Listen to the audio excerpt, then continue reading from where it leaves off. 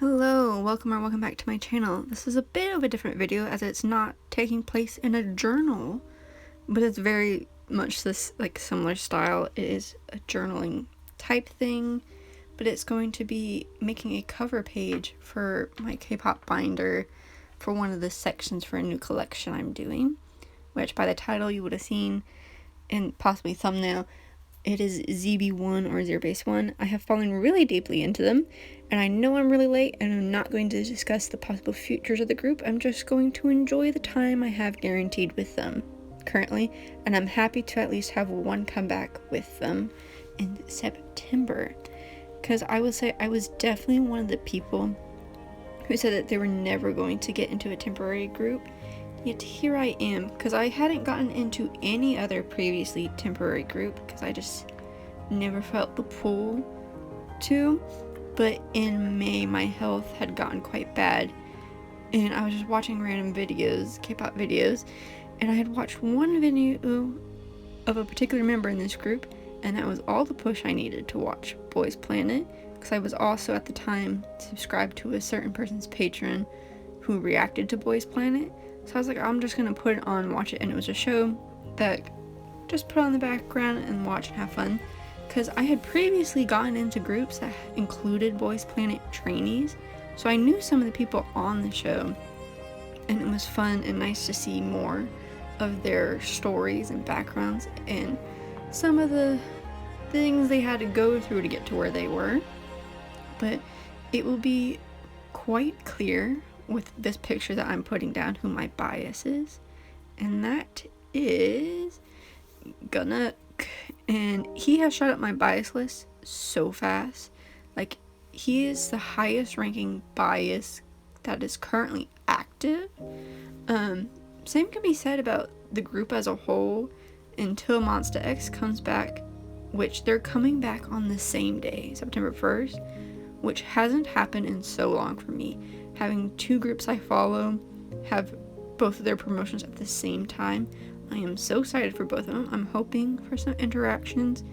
Hanbin will most likely interact with some of them. Gunnock interacting with any of them would be great, but if Gunnock and Changyun interact, that would be amazing. That'd be my perfect top two biases currently. But back to ZB1. Like I said, this is a cover from my photo card binder to separate the collection from the rest.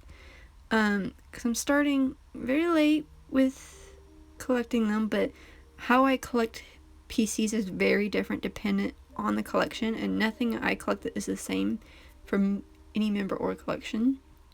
So what I'm planning on doing for ZB1 is I'm collecting one OT9 set for like a cover, like the page after this cover page, which is going to be the Blue Paradise Digipack for the Dr. concept with the test, which I feel like everyone has collected, but it's such a good set that, like, how can you not collect it? So I'm going to do that as well.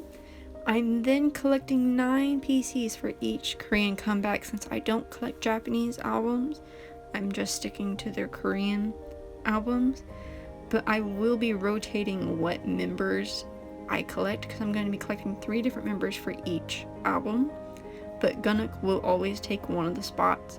So technically, because I will be storing it in age order, the majority of the times it will be him on the furthest right, except for when Yujin isn't one of those 3 members, then he'll be in the middle.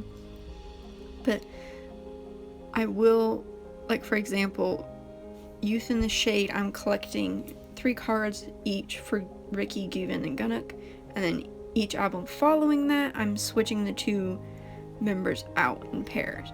I didn't purposely pair them up in ships, because I don't ship anyone, but it kind of just how it ended up being, because the original 3 was because I was wanting to collect 3 members, and I couldn't decide which 3 members, but I was like, okay, I feel like it would be if I could collect fully 3 members, Ricky, Given, and Gunnock, but I didn't want to not collect other members, so I was like, okay, I'm gonna make a pair for them. And then I looked at each album and which cards I liked the best, and how in Hanbin, I liked cards together, so I was like, okay, I'll put them together. And then Jiwoong and Matthew ended up together, and that left Tere and Yujin together, which is just how it ended up. But I'm happy with how they are. So I have those set up. I don't know what pair is being placed in for the newest album, Never Say Never. I have to see what the concept is and the cards layout to figure out who I'm collecting. I know it's not going to be Hao and Hanbin because they already have 2 albums where that pair is together, so it's going to be either Ricky or Gyuvin, Tere, Yujin, or Jiwoong and Matthew. I feel like it should be Ricky and Gyuvin, so I'm hoping the 3 of them, Ricky, Gyuvin, and Gunna, cards have 3 cards that pair well together, and there's not a left field background that's very much different, or Ricky not using a prop like there has been plenty of times. But that's besides the point. I will figure that out once we get there. And also, it might just be whatever cards I pull. If I find that they can go easily and well together, I'll just keep those to be easier. But I also then have a extra page set up for Gunna PCs, primarily Pobs and albums and stuff, because of course I'm gonna want some of the cute ones and everything. And if I pull any of these album PCs that aren't part of the 3 that I have set up to collect for the 3 members, I'm gonna keep them. I'm not gonna get rid of them because that's just crazy, and everything. But I also feel like that could be easily said for the other members as well.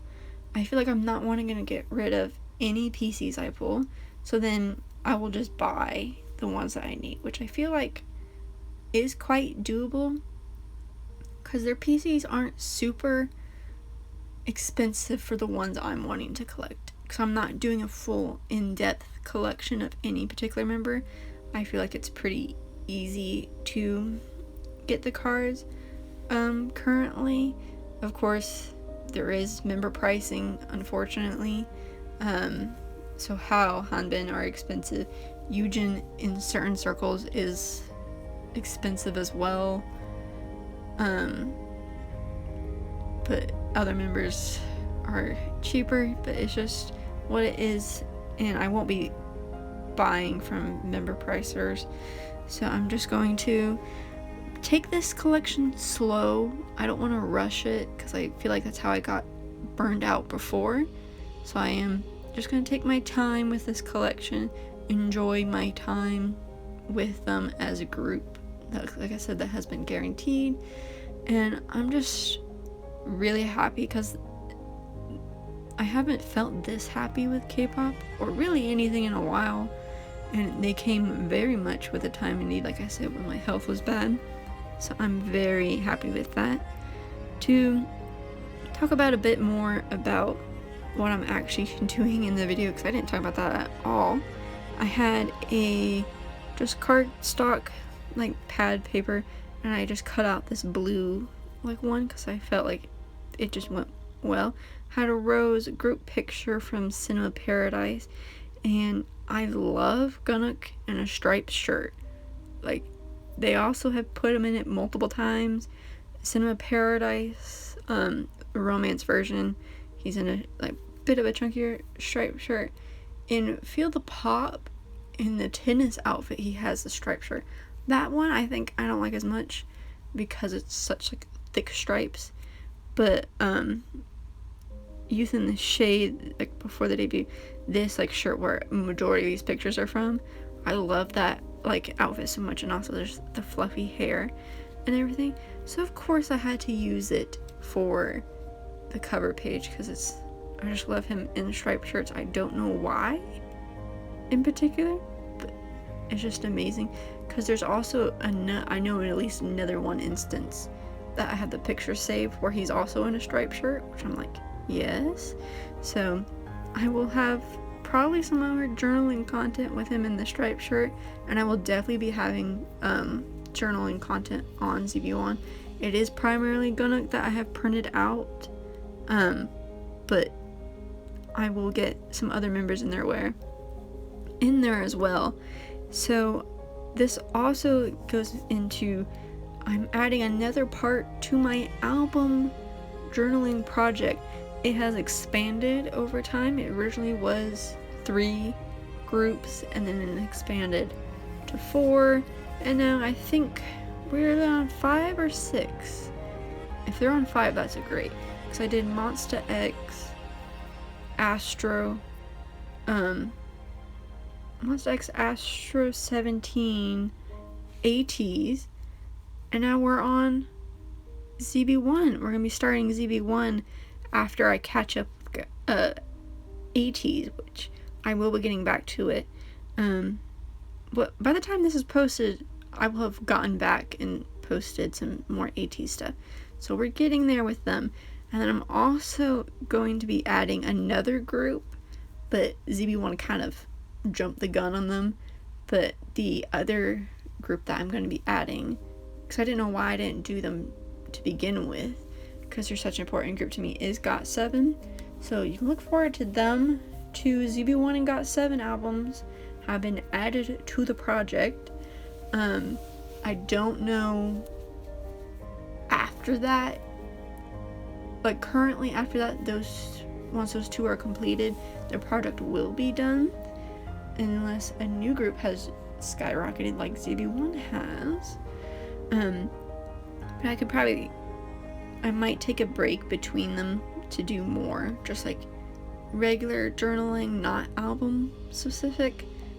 So just do like more fun stuff and other things, because I'm also just trying to finish my current K-pop journal off, because I would like to get a different journal than the one I'm currently using, because I would like just like how the things ended up being in it, because I recently looked at my old K-pop journals and I liked quite a lot of the spreads and stuff I did in them better. So I will set up a new one, and I'm possibly make a video on that when that happens, and have a flip through of my current K-pop journal. So this is pretty much the end, just doing the last few details. I really love how this turned out. Thank you so much for watching.